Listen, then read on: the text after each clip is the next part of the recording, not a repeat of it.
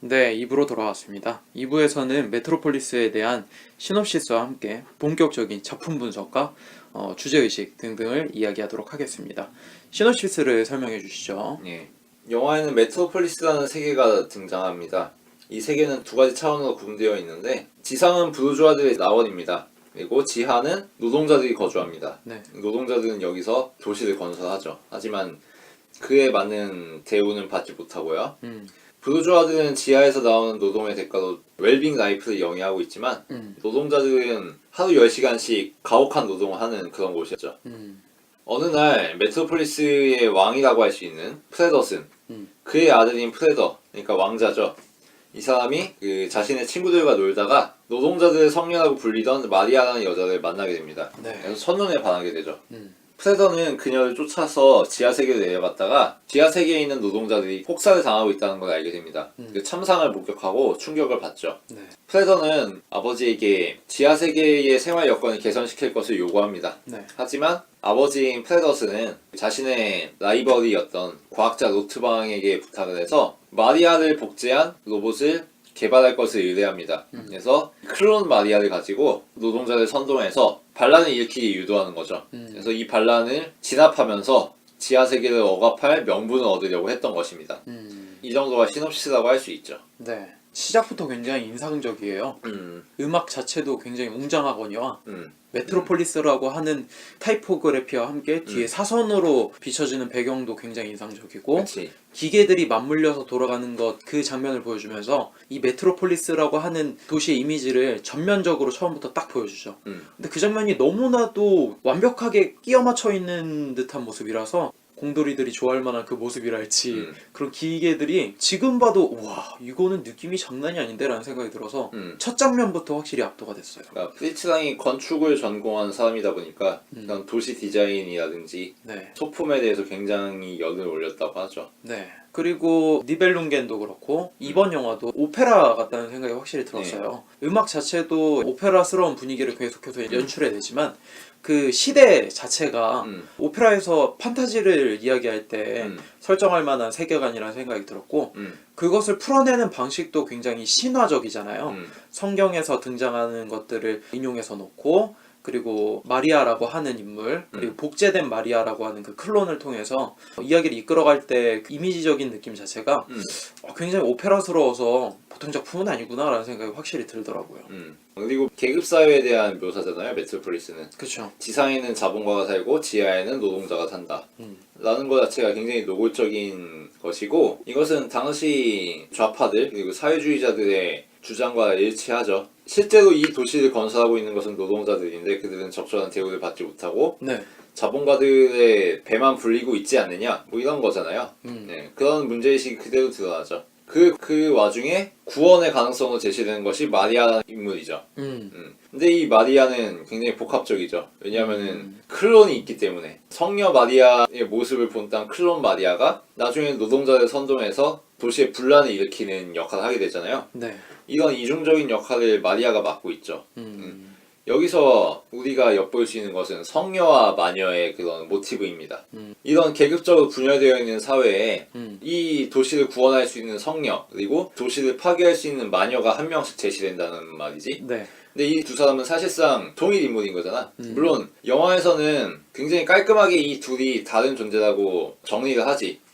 성녀 마리아와 클론 마리아는 독립된 인격체라고. 근데 문제는 이 클론이 성녀 마리아의 복사본이라는 거 아니야. 그러면은 여기서 우리가 이런 생각을 해볼 수 있지. 자본가와 노동자의 갈등 속에서 노동자들의 삶을 어루만지고 계급적인 타협을 이뤄내려고 하고 중간자를 찾는 매개체가 되는 이 마리아나 아니면 노동자를 선동하고 반란을 일으키고 그럼으로써 자본가들에게 토벌의 명분을 주는 이 마녀 마리아나 사실은 같은 기능을 하고 있는 거 아니냐 라는 생각을 해볼 수 있는 거지. 그렇죠. 성녀 마리아에 대해서 이런 얘기를 할 수 있잖아. 노동자를 돌봐주고 어루만져주는 건 좋지만 그런 식으로 해가지고 결국은 불만을 무마하는 거 아니냐.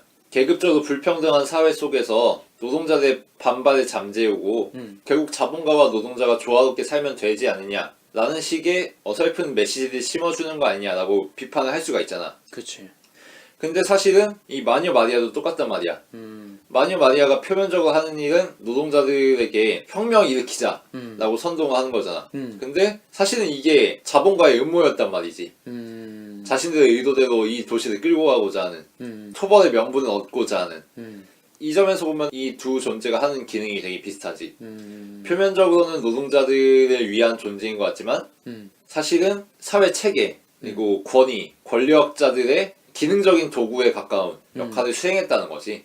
이 점에서 정반대로 보이지만 사실은 일치한다는 거지. 마치 복사본처럼 이성질체처럼 이 점이 굉장히 흥미로운 부분이고 보다 더 근본적으로는 여신과 창녀의 대비죠.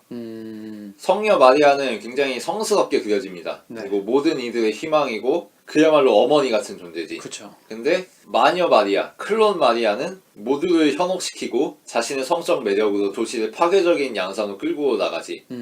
여신과 창녀의 대비는 굉장히 고전적이고 오래된 역사를 자랑하는 대비거든. 네. 왜냐하면은 이 둘이 양극단에 있는 것처럼 보이지만 사실은 남자들의 입장에서는 둘이 똑같거든.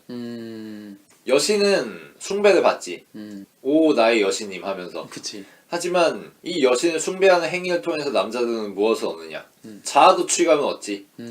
나는 성스럽고 고결하고 천상의 존재인 여신을 숭배하고 있다 라는 자뻑 속에 빠질 수가 있지. 그리고 창녀 같은 경우는 어때? 남자들에게 성욕을 해소시켜주는 그쵸. 그런 존재란 말이야. 그쵸. 근데 따지고 보면은 이게 성녀가 하는 기능과 별로 다를 게 없거든. 여신을 숭배하는 행위나 창녀를 다루는 행위나 남성들에게 있어서는 자기 만족적이고 자신의 욕망을 투사하는 거고. 네. 뭐 쉽게 말해서 그런 거지. 원나잇이 필요하고 잠자리가 필요할 때는 창녀를 찾아. 하지만 평소엔 조광지처가 제일인 거지. 비유보소. 네. 자신이 자뻑에 도취고 싶을 때 고결함을 추구한다는 환상에 젖고 싶을 때는 여신이 필요하지만 정작 자신의 깊은 본능을 만족시키기 위해서는 자신의 파괴적인 충동을 정당화하기 위해서는 창녀가 필요한 법이라고. 네. 그런 양극단에 있는 두 존재지만 사실은 남자들이 그때그때 필요로 하는 양상의 차이일 뿐이라는 거. 그 점에서도 성녀와 마녀가 연결이 되지. 여기서 정리해보자면은 마리아와 클론 마리아는 계급적이고 사회적인 측면이나 아니면은 섹슈얼리티의 측면에서 양극단에 서 있는 것 같지만 사실은 양자 모두에서 동일한 기능을 수행한다는 거. 정리하면 그거지. 그 자본가들의 앞잡이이자 남자들의 딸감이 아니냐. 성녀든 마녀든. 네. 거기서 좀 더 저는 심화해서 얘기해보고 싶은데 음. 처음에 인식은 확실히 그런 것 같아요. 성녀 마리아로서 그 사람이 하는 설교에 대해 335 모여들어서 중간자를 기다리는 그 노동자들, 그리고 클론 마리아가 나와서 혁명을 부추기고 그런 에너지였는데, 그러고 나서 자신들 노동자들이 파괴하고 난 세상을 본 다음에 그 새로운 노동자가 너네들이 한 짓을 보아라. 잘못됐다. 너네들의 아이는 어디 있냐. 지금 너네들은 마녀한테 홀린 거다. 지금 빨리 마녀를 화형시키자. 이렇게 이야기했을 때 마녀에 대한 인식이 180도 달라지잖아요. 구원자처럼 떠받들다가 막상 자신들이 저지른 일을 봤을 때 한순간에 뒤바뀌어서 화형을 시켜버리는 그런 모습을 봤을 때도 대중들의 속성을 보여주는 거라고 생각이 들어요. 신적인 존재, 구원자적인 존재였는데 나타나는 결과, 그리고 또 인식의 차이 때문에 구원자가 한순간에 나치가 돼버리는 거지. 완전한 원수가 되어버리는 거지. 화형시켜버려야 될 정도로. 예수가 와서 우리의 몸과 마음과 신앙을 치유해주고 삶을 낳아주게 했는데 알고 보니까 이거는 사입인 것 같고 십자가에 못 박혀 죽여야 될 것 같아. 그러면은 바로 가서 십자가에 매달고 처형시키는 게 대중들의 속성이라는 거지. 그런 것까지 심화해서 얘기할 수 있을 것 같아요. 그치. 그러니까 그 대중들의 속성이 바로 그 성녀와 마녀의 가르는 기준이 되는 거지. 이 영화에서는 앞서 말했듯이 성녀와 마녀의 구분을 굉장히 깔끔하게 해놓고 끝나긴 하지만 네. 성녀와 마녀를 대하는 대중들의 마음가짐은 결코 그렇게 깔끔하게 구분되지 않지. 처음에는 마녀 마리아에게 선동돼가지고 지금 자본가들 때려 죽일 시기라고 다들 고무되어가지고 네. 도시를 완전 개박살 내잖아. 근데 그런 상황에서 다른 노동자가 너네 때문에 도시가 망하고 있다 라고 질책을 받으니까 그때는 마녀 사냥이 시작돼. 그래서 마녀로 간주된 마리아를 족치려고 하는데 사실 자신들 눈앞에 등장한 마리아는 클론 마리아가 아니라 진짜 마리아였던 거지. 하지만 그 성녀는 마녀로 취급된단 말이야. 진짜가 나타났음에도 불구하고. 그치. 여기서 생각해보면 그 진짜가 정말 진짜였냐? 라는 생각을 해볼 수도 있는 거지. 그러니까 진짜가 나타났음에도 구분 못하는 대중의 속성이기도 하지만 그럼 그 전에 나타났던 진짜가 진짠가? 라고 하는 약간 복잡할 수 있지만 그런 개념까지 던져줄 수 있다는 거네. 그치. 가짜 마리아가 선동해가지고 너네가 빡친 건 알겠어. 그럼 진짜 마리아가 한 건 선동이 아니었던 거야? 라고 되물을 수가 있는 거지. 오, 그거는 좀 섬뜩한 질문인데. 사실 노동자 자본과 손잡고 하나 되어 위하더 월드 이거만큼 선동적인 게 어딨어. 그치. 그 계급상에서만 평화롭게 유지시키는 거잖아. 그 상황을. 그것만큼이나 무서운 게 어디 있어 진짜. 그러니까 이 영화를 맨 처음에 보면은 그 계급적인 거를 말로 설명하거나 그러는 게 아니라 음악과 그 사람들의 움직임, 그러니까 마치 군대가 움직이는 것처럼 억압받는 그 상황의 모습들을 통해서 이 사람들이 어떤 계급에 머물러 있고 어떤 상황인지를 충분히 보여주잖아. 그리고 중간자로 나오는 그 아들이 아버지 10시간 노동은 너무나도 가혹합니다 막 이런 식으로 얘기하기도 하고 그런 상황을 유지시켜주는 게 마리아인데 그리고 오히려 중간자를 기다린다는 게 너무나도 폭력적인 거잖아 사실. 그치. 중간자가 나타나서 우리의 노동 환경을 조금씩 개선시켜 줄 것이다. 이게 굉장히 사실 절망적인 얘기잖아. 막연하기도 하고 별로 대안적이지 않지. 그치. 못 믿어올 만한 신화를 끌어들여서 그걸로 대중들을 어느 정도 위안시켜주는 정도. 하지만 이 성녀의 이미지는 정말 말 그대로 성녀지, 천사지, 마녀가 아니라 그 자체가 진짜인지를 다시 한번 물어보는 거는 근간을 뒤흔들 수 있는 질문이라는 생각 때문에 굉장히 무서운 것 같아요. 그러니까 이건 작품에서 의도한 건 아니지. 의도했으면은 아마 성녀와 마녀의 대비를 이렇게 분명하게 드러내진 않았겠지. 마녀는 마녀고 성녀는 성녀다라는 식으로 끝나버리잖아. 근데 작품을 읽는 우리 입장에서는 그럴 수가 없는 거지.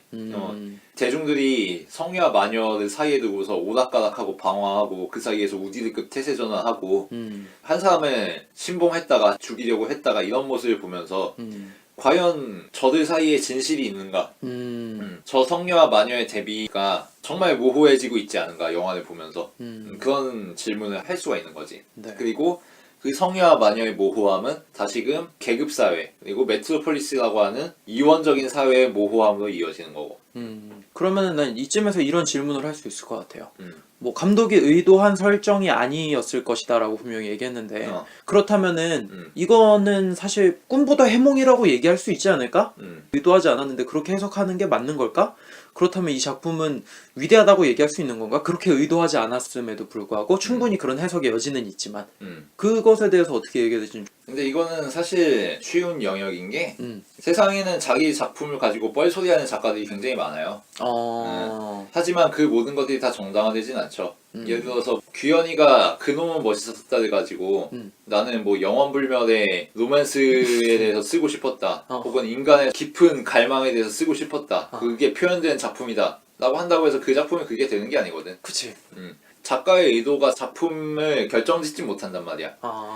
어린 왕자에서 세상에는 꿈도 희망도 없고 자살만이 답이다 라는 의도에서 이 작품을 썼다 라고 말한다고 해서 그런 식으로 사람들이 굳이 읽을 필요 없거든. 그렇게 해석하지 않지. 왜냐면 작품에서 들어가는 여러 가지 구성 요소를 볼 때 작가가 아무리 그렇게 말했다고 해도 정당화되지 않는다는 걸 알기 때문에 이런 식으로 작품에 대해서 작가가 이반되는 이야기를 할 때가 굉장히 많단 말이야.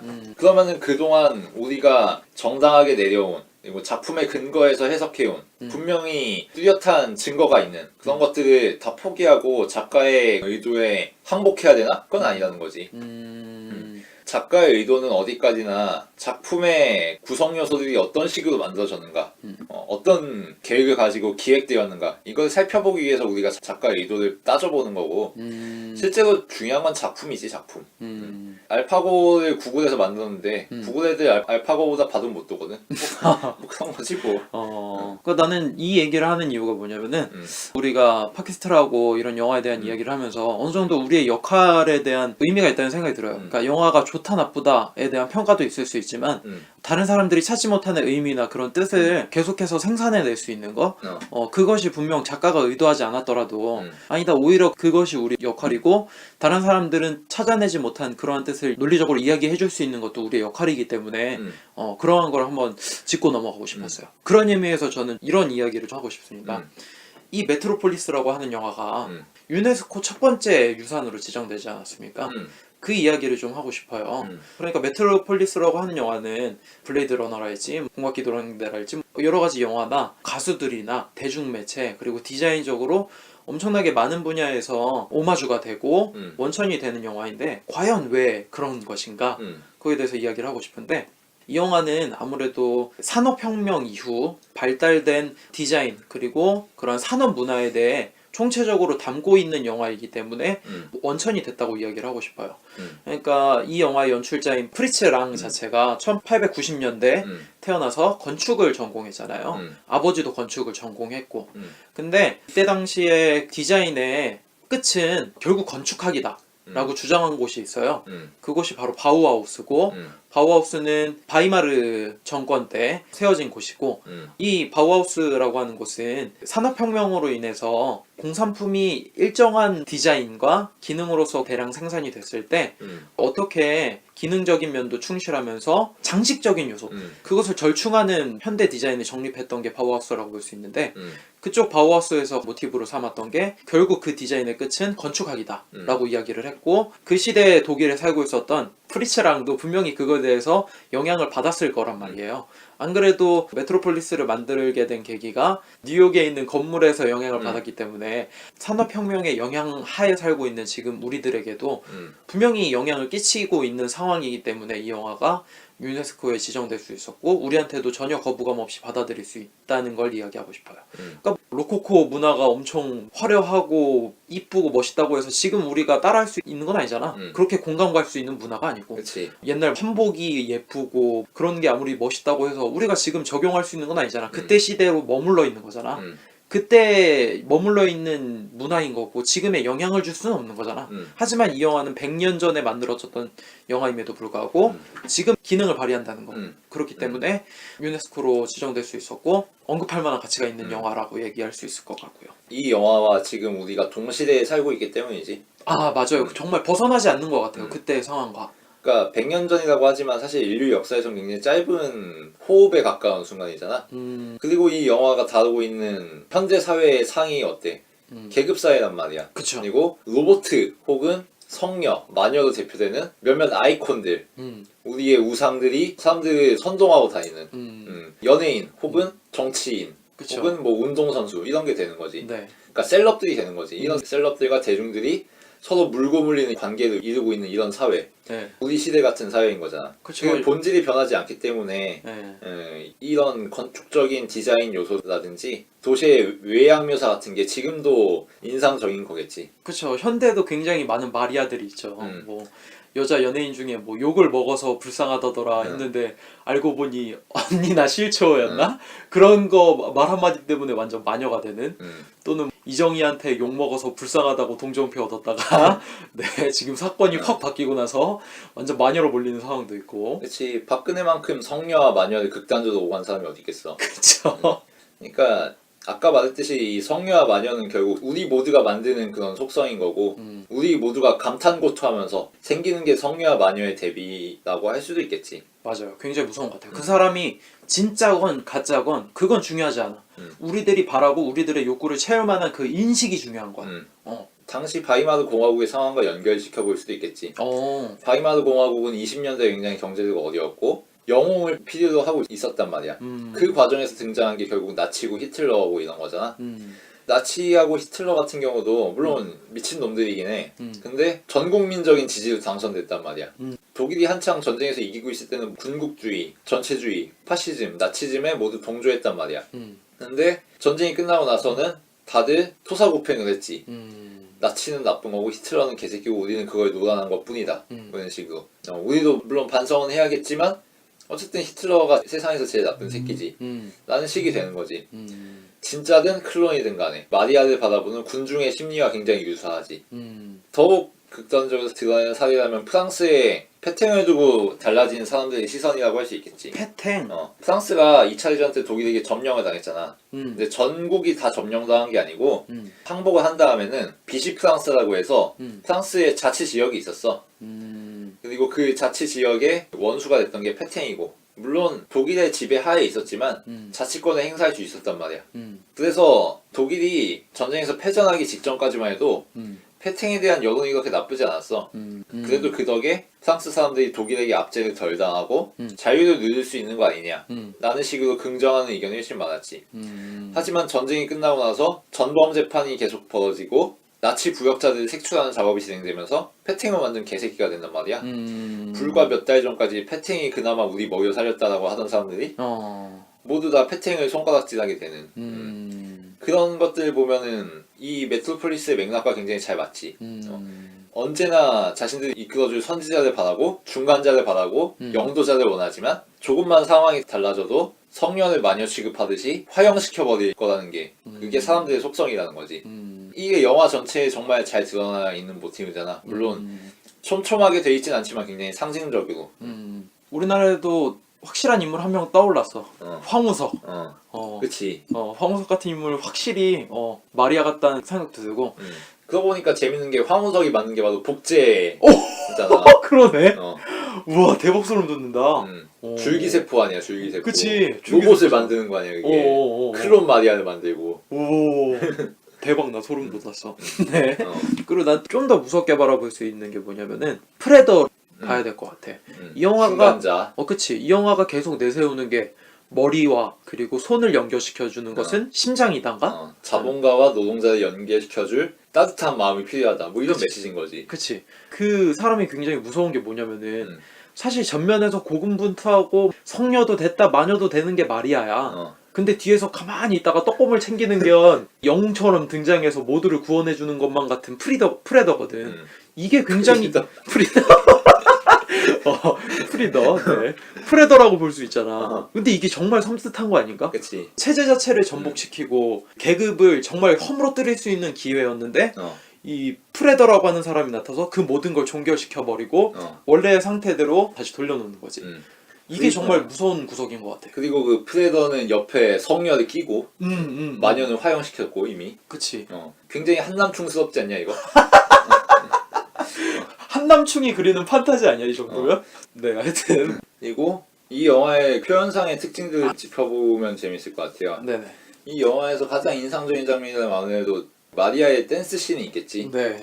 그러니까 클론 마리아가 인간들 앞에 첫 선을 보이는 장면이지. 나이트클럽 같은 곳에서 부르주아 남성들 앞에 굉장히 노골적인 복장을 갖춘 마리아가 나타나고 마리아가 댄스를 추면서 남자들을 유혹하지. 그쵸. 이 장면 보면 굉장히 강렬하게 표현되어 있지. 일단 마리아와 마리아를 둘러싼 남성들의 시선을 교차 편집시키잖아. 네. 그러면서 마리아의 액션에 따라서 이 남성들의 시선과 감정과 표정들이 왔다 갔다 하는 게 보인단 말이야.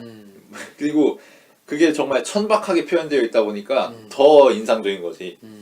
동공 커지고 코 벌름벌름하고 그런 것들이 마리아의 액션에 따라서 교차 편집되면서 보여지잖아. 그러면서 정말 얘네들이 발정났다. 뭐 이런 것들이 노골적으로 드러나고. 근데 여기서 또 재밌는 게 마리아와 마리아를 둘러싼 남자들만 교차 편집되는 게 아니고 그 사이에 병석에 누워있는 프레더도 교차 편집이 돼. 이 장면만 가만 놓고 보면은 마치 다른 남자들과 마찬가지로 프레더가 무슨 원격 영상 같은 거로 마리아를 보면서 오르가즘을 느끼고 있는 듯한 느낌이 든단 말이야. 물론 영화 전체를 보면은 맥락상 아니라는 걸 알지. 프레더는 다른 공간에 있고 지금 도시의 묵시록적인 결말에 대해서 놀라고 있다는 걸 알게 되지. 근데 이 장면만 시각적으로 그냥 떼어놓고 보면은 프레더도 다른 남자들처럼 이 발정 난 것처럼 보이거든. 은유적으로 보자면은 프레더가 성녀 마리아를 바라보면서 첫눈에 사랑에 빠지면서 머릿속에 그렸던 건 바로 저 장면이 아니겠느냐. 그런 상상을 해볼 수가 있는 거지. 그럴 수 있겠다. 이게 앞서 말했던 성녀와 마녀의 대비하고도 연결이 되는 거고. 프레더는 성녀를 보면서 노동자의 어머니 하면서 그녀를 사랑하는 자신에게 자아도취됐지만 사실 자신이 그리던 건 그 홀에 있는 다른 부르주아 남성들처럼 나체 댄스쇼를 보면서 스트립쇼를 보면서 즐기는 게 아니었겠느냐. 뭐 이런 해석을 해볼 수가 있는 거지. 네. 그렇게 해석할 수밖에 없게 되는 건 방금 말했듯이 시각만 놓고 보면 그렇게 된다. 장면만 놓고 보면 그렇게 된다는 거고. 그 부분에서 표현주의의 극을 치닫는 장면 중 하나가 그 사람들의 얼굴이나 동공을 여러 개를 한 화면의 검은 그치. 배경으로 보여주는 장면 있잖아요. 그러니까 수십 개가 한 컷에 나오지. 네, 그 장면 정말 무섭기도 하고 섬뜩하기도 하고 퇴폐적이기도 하고 그런 장면이 효과적이었었던 것 같고 인상적인 것 중에 하나가 프레더가 마리아 목소리를 듣고 음. 그걸 찾기 위해 어느 건물로 들어갑니다. 음. 건물로 들어가는데 문이 자동적으로 열려요. 그리고 그 문으로 들어가니까 문이 바로 닫혀버리고 다른 문이 열려요. 그런 문을 찾아서 들어가서 박사를 만나게 되죠. 노트방. 그쵸. 근데 그 장면의 전개를 보면은 굉장히 오페라적이라고 볼 수 있어요. 신화적인 오페라를 보면은 거부할 수 없는 운명, 주인공으로서 정의의 사도처럼 보여지는 그런 면이 있잖아요. 그래서 이것을 봤을 때 중간자한테 영웅적인 성격을 부여하는 장면이 아닌가. 그런 장면이 저는 인상적이었던 것 같아요. 그리고 그 외에도 굉장히 많지. 뭐 홍수가 나는 장면 같은 경우도 정말 3주 동안 애들을 그 냉수 속에 냉수 마찰시키면서 찍은 보람이 있듯 굉장히 웅장하게 그려지잖아. 그쵸. 작은 규모의 단 같은 데 다들 몰려가지고 구조를 기다리는 씬이라든가 막혀있던 계단이 열리면서 한 명 한 명 아이들이 올라가는 그런 묘사라든가 그런 것들도 위기감과 파국을 정말 잘 형상화한 장면이지. 그리고 이 홍수라는 건 또 성경의 모티브하고 굉장히 잘 맞아떨어지잖아. 홍수를 통해서 세상을 정화시키고 네. 모든 갈등이 봉합되는 그게 노아의 홍수잖아. 그런 것하고도 맞아떨어지고 이외에도 이 영화에는 성서적인 그런 시각적인 표현이 굉장히 많지. 그 이야기도 해볼 수 있을 것 같아요. 홍수가 난 다음에 지하에 있던 사람들이 위로 올라가잖아요. 그리고 바벨탑 자체가 하늘에 있는 신에게 닿기 위해 상승하는 이미지로 그려지잖아요. 그러니까 이 영화에서는 항상 다 위로 올라가. 방금 말했듯이 홍수 때도 지상으로 올라가잖아. 계단에 따라서. 그리고 중간에 마리아의 설교에서 바벨탑을 묘사하면서 인간이 탑을 축조해가지고 신에게 도달하고 싶었지만 결국은 그러지 못했다는 이야기를 한단 말이야. 인간들끼리 분열했기 때문에. 그러니까 우리는 분열하지 말고 화합해서 신에게 도달해야 된다. 뭐 이런 얘기 한단 말이야. 그쵸. 그리고 마지막에 마리아와 노트방 박사가 추격전을 벌이는데 이것도 성당의 지붕에서 해. 이것도 상승의 이미지인 거지. 항상 다 위로 올라가고. 그런 식으로 이 영화에 나오는 모든 인물들은 상승을 지향하는데 이것은 계급 타협을 의미하기도 하지만 하층 계급이 상층 계급으로 올라가고자 하는 그런 신분 상승하고도 일치하기도 하지만 궁극적으로는 이 인간이 신에게 도달하고자 하는 욕망을 표현한 거거든. 우리 모두 하나 되어 위아더 월드 이뤄서 신의 나라를 건설하자. 신이 되자. 웅대한 포부가 드러나는 작품이거든. 뭔가 선동하기 굉장히 좋은 예로 들린다. 그리고 노동자들이 도시 텔레부스로 갈 때 엘리베이터 타고 이동하잖아. 맞아. 그것도 상승의 이미지인 거고. 다들 어딘가로 상승하고 싶어해. 그치. 그 어딘가는 표층적으로는 자본가의 지상 낙원인 것 같지만 좀 더 심층적으로는 결국 신이 되고 싶은 그런 심리가 아니겠느냐라는 거지. 네. 그런 점도 재밌는 부분이고 네. 그 점 때문에 성서적인 모티브들이 더 인상적으로 다가오는 거지. 용광로, 몰록이라고 하지. 이게 원래는 성서에 나오는 이방 신이잖아. 네. 그들에게 인신공양하는 장면이라든가 마치 이 기계 문명, 이 시대의 우상이 인간들을 집어삼키고 있다. 희생제물을 강요하고 있다 라고 말하는 것처럼 이런 부분도 굉장히 종교적인 부분이고 네. 그리고 여성 로봇, 마리아의 클론이 등장하게 되는 것도 마치 하와를 연상시키지. 갈비뼈를 취해가지고 하와를 만들잖아. 그런 거 비슷하고 그 하와가 결국 아담을 꼬드겨가지고 에덴 동산에서 쫓겨나게 됐잖아. 그쵸. 그런 것도 일치하는 거고. 바벨탑 같은 경우는 말할 필요도 없고. 곳곳에 있는 이런 성서적인 요소, 종교적인 요소들이 이 영화에서 보여주는 인간들의 어떤 종교적인 열정 이런 것들하고 잘 맞물리는 거지. 굉장히 많은 요소가 생각보다 숨겨져 있었네요. 메시아도 말할 것도 없고 프레더가 메시아 아니야 결국. 그쵸. 알고 보니 히틀러라는 뭐 히틀러나 메시아나 한 끗 차이다 뭐 이런 얘기를 할 수 있을 것 같아요 결론적으로. 그럼 뭐 이쯤에서 슬슬 마무리를 하도록 할까요? 네. 저는 일단 명장면을 하나 뽑고 싶은데 제가 이 대사 그리고 장면을 보면서 메트로폴리스 세계가 굉장히 거대하구나라고 느꼈어요. 뭐냐면은 프레더가 아버지한테 물어보죠. 이 메트로폴리스를 만든 사람들은 도대체 어디 있는 거냐? 그러니까 아버지가 이렇게 얘기하죠. 그들은 곳곳에서 지켜보고 있다. 이런 뉘앙스로 얘기를 해요. 이게 저는 굉장히 무서웠어요.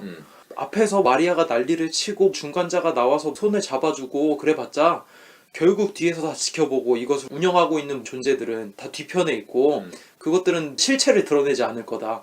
그거 자체가 굉장히 무섭게 보이더라고. 메트로폴리스가 얼마나 거대한 세계인지를 암시해주기도 하고 그러한 상상력의 암시를 통해서 그 세계가 보통 도시로 보이진 않았다라는 느낌이 들어서 그 장면이 굉장히 중요하다는 생각이 들었어요. 그리고 저는 작품의 내적인 요소를 다 떠나서 100년 가까이 지난 지금에 있어서도 굉장히 영향력을 미치고 그때 했던 얘기가 지금에서도 충분히 통할 수 있다는 생각 때문에 당연히 5점을 주고 싶고 한줄평을 하자면 결국 예술은 역사의 테두리 안에 있다 라고 이야기를 하고 싶습니다. 네. 우스갯소리로 한마디 하자면 대표님 수당 없는 철야는 너무나 힘듭니다 라고 이야기하고 싶네요. 네. 수당은 챙겨주고 철야시키세요 제발. 네. 일단 이 영화의 몇 가지 약점을 꼽고 싶은데 아까 말했듯이 메시아로 제시된 프레더의 인물상이 구체화되지 않았다는 거. 사실 프레더는 굉장히 재밌게 그릴 여지가 많거든. 네 맞아요. 일단 프레더는 왕자잖아. 프레더슨의 아들이지. 근데 프레더슨이라는 이름의 뜻은 프레더의 아들이라는 뜻이란 말이야. 영화상으로는 프레더슨이 프레더의 아버지인데 이름 뜻은 프레더의 아들이야. 여기서 한 가지 생각을 해볼 수 있지. 아버지와 아들의 관계는 결국 계속 이어지는 거잖아. 아버지가 아들을 낳고 아들이 아버지가 돼서 또 아들을 낳고 이런 거 아니야. 그리고 그 사이에 그 반복되는 연쇄 속에서 갈등은 계속 일어나지. 아버지와 아들의 물고 물리는 왕좌를 이어받기 위한 마치 이성계와 이방원 같은 그런 용의 눈물 같은 게 나오듯 서로 권력을 가지고 갈등을 벌이는 그런 아버지와 아들의 모티브는 굉장히 많은 영화에서 등장했잖아. 그리고 이 영화에서도 굉장히 효과적이었을 거란 말이지.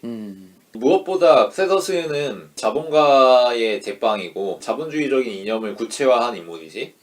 그에 반해서 프레더는 계급 타협적이고 평화주의적인 휴머니즘적인 이런 인물로 그려진단 말이야. 이 둘 사이에 이념적인 갈등이 있잖아. 이 이념적인 갈등을 부자 간의 권력 투쟁이라는 요소와 결부시켜서 그려냈으면 훨씬 재밌었을 거란 말이지. 흔히들 우리는 이념이 대립의 중심에 있고 나머지는 격가지에 있다고 생각하기 쉽지만 사실 세상에 있는 많은 갈등들은 내가 저 새끼를 거꾸로 때려야지 라는 것이 먼저고 그 다음에 동원되는 것이 이념이라든지 아니면 입장이라든지 정치적인 수단들 뭐 이런 거잖아. 그치. 이 영화에 대해서도 비슷한 생각을 해볼 수가 있다는 거지. 프레더슨이나 프레더나 정말 열렬하게 자신이 생각하는 이념, 사회관, 세계관을 고수하고 있는 것 같지만 사실은 심층에는 권력을 유지하기 위해서 혹은 권력을 획득하기 위해서 아버지를 이겨내기 위해서 혹은 아들을 제압하고 싶어서 그런 이념을 자기 스스로 자신의 근거라고 착각하고 있는 게 아니냐 라는 해석을 해볼 수가 있는 거지. 그러니까 인간 프레더로서의 고뇌와 권력 다툼에서의 알력을 좀 더 보여줬더라면은 좀 더 다층적인 면이 보여지지 않았을까라는 이야기네. 그러니까 프레더가 자기 자신은 정말 진지한 고민이라고 열렬하게 추구해온 신념이라고 생각하고 있던 것들이 사실은 아버지로부터 왕좌를 물려받고 싶어서에 불과했다면 이라는 가정을 해보면 굉장히 이 캐릭터가 재밌게 되잖아. 그리고 그 사이에 얽히는 성녀와 마녀 스토리, 군중이 히어로를 바라보는 그런 심리 이런 것들까지 결합이 됐으면 훨씬 재밌었을 거라는 생각이 들어. 그 지점은 진짜 생각 못했는데 그렇게 얘기하면 확실히 영화가 좀 더 풍성해질 거라는 생각이 드네. 이런 생각도 좀 했어. 멍청하고 선한 왕자? 왕자 거지처럼 왕이 잠깐 마실라가 왔는데 왜 이렇게 노동이 힘든 거야? 이건 말이 안 되지? 한번 개혁시켜보자 라고 해봤지만 제자리 걸음. 너네들은 결코 계급적으로 나쁜 취급을 받는 게 아니야. 이런 선한 왕자가 다스리는 거야. 뭐 이런 회유하는 느낌의 캐릭터를 보여줘서 뭐 그렇게도 볼 수 있을 거고 그리고 또 한 가지라면은 부정적인 의미에서 연극적이라는 측면인데 그러니까 엑스트라도 굉장히 많이 나오고 등장인물도 많은데 좀 비어 보이는 장면들이 좀 있어. 그리고 현대 영화면 이렇게 묘사하지 않았겠다 싶은 부분들이 있고 그래서 스케일이 굉장히 큰데도 불구하고 협소하게 느껴지는 측면들이 있어. 예를 들어서 마리아가 노동자들에게 강연하는 장면 있잖아. 현대 영화였으면은 마리아 이외에도 뭐 주변에 시중 드는 사람들이라든지 아니면은 행상일을 한다든지 이런 식으로 다양하게 묘사를 하면서 볼륨감 있게 만들었을 거야. 근데 이 영화에는 마리아 한 명 가운데 박아놓고 나머지 노동자들 다 뭘 개성화돼서 그 강연을 듣기만 해. 그리고 그 강연이 끝난 다음에 마리아가 집으로 가는데 그 카타콤 같은 토굴 속에서 마리아와 노트방만 남는단 말이야. 다른 사람들은 다 어디 갔는지 모르고 주변 구조물 같은 것도 전혀 없고 이게 현대 영화였으면 이렇게는 안 만들어있겠지. 다양한 디테일들이 존재하면서 이 도시, 이 공간이 기능적이고 목적이 딱 정해진 그런 것들만 있는 게 아니다 라는 걸 보여줬겠지. 아마 현대 영화였으면은 음. 오병이어의 기적처럼 효과적인 모티브를 썼을 수도 있을 것 같아. 뭐 그럴 수도 있고. 그 이외에도 페더슨이랑 로트방이 카타콤 안으로 들어가가지고 노동자들 시찰하고 이러기도 하잖아. 그런 것도 이 영화의 볼륨감을 떨어뜨리는 요소지. 어지간하면 그거 그냥 수화대 시켜서 아랫사람 시켜서 보게 하는 게 더 자연스럽지. 근데 마치 일 시킬 사람도 없고 이동하는 거리도 얼마 안 되는 것 마냥 그렇게 표현을 해놨잖아. 그러니까 이 도시 크다, 사람들이 되게 많다 라고 묘사는 하고 있는데 작아 보이는 거지, 그럼에도 불구하고. 물론 이거는 시대 보정을 좀 해야 되긴 하는데 4만 명이나 투입됐기 때문에 이런 부분은 지적할 수 있다고 생각해. 정말 크게 만들고 싶었는데 그러지 못한 거니까. 그러니까 연극적인 부분이라고 하는 게 결국 연극 자체는 몇몇의 인물들이 나와서 계속 극을 이끌어가니까 그치. 그러한 지점에 대한 이야기구나. 그렇지. 소품도 굉장히 간소하고 그런 점 때문에 연극으로부터 단절되지 못한 그런 영화라는 생각이 들었어. 그런 부분이 아쉬웠고 네. 그럼에도 불구하고 정말 잘 만든 영화라고 생각하고 앞서 말한 뭐 시각적인 표현들 그리고 비록 구체화되진 못했지만 여러 가지 상징들이 배치되어 있는데 이 상징들이 사실 생각해보여지가 굉장히 많잖아. 뭐 성서적인 상징도 있고 그치. 아니면은 현대 도시에 대한 것 혹은 인간과 클론에 대한 것 이런 것들 하나하나가 묵직한 주제들이라서 보는 관객 입장에서는 여러 가지 생각이 든단 말이야. 근데 그 가운데 직설적인 묘사들이 여러 가지 등장해. 그러면은 이 작가가 의도한 것과 별개로 우리가 여러 가지 근사치를 가지고 여러 가지 상상치를 가지고 이 영화에 대해서 해석을 해볼 여지가 생긴다는 거지. 엉성한 스토리만 나오는 게 아니라 이 엉성한 스토리 속에서 우리가 테마로 잡을 것들이 여러 가지 등장하고 그 테마들이 시각적으로 표현되어 있기 때문에 그 점이 이 영화가 허술한 구석들이 여러 가지 있음에도 불구하고 호소력을 가지는 측면이라고 생각하고 그 점에서 좋은 영화라고 생각하면서 점수는 4점 주고 싶습니다. 이런 시도는 다시 반복될 수 없는 딱 한 번 찍을 수 있는 영화였기 때문에 정말 잘 찍었어야 된다고 생각하는데 그 점에서 감점 요소가 있다는 거. 그럼에도 불구하고 명작이라고 생각하고 특히나 공감하는 게 이런 주제로 영화를 다시 찍을 수가 없잖아. 이미 메트로폴리스는 메트로폴리스야. 그냥 고유명사가 되어버린 느낌이야. 이거 누가 리메이크 할 거야? 그치. 뭐 만화로는 나오긴 했는데 뭐 애니메이션이고. 그쵸. 그리고 엄청나게 많은 신화와 은유적인 메타포를 다 뿌려놨는데 그 중에 직접적인 메시지를 표현해주는 게 있기 때문에 허공에 잡힐 듯한 이야기가 중심이 잡혀져서 방향이 제시되어서 생각할 만한 여지를 주었다는 거. 그 부분에서는 상당히 공감하는 것 같습니다. 자, 그러면은 저희가 다룬 메트로폴리스였는데 저희가 2회차 녹음이었는데 좀 어느 정도 힘들고 같은 얘기를 반복하느라 어려웠던 부분도 있었는데 오히려 저희가 어떤 이야기를 할지를 알기 때문에 심화돼서 깊이 이야기하는 측면도 좀 있어서 저는 오히려 재밌었던 것 같아요. 네. 그러면은 다음에 제가 준비한 영화 당신 자신과 당신의 것 홍상수 영화로 찾아뵙도록 하겠습니다. 들어주셔서 감사합니다.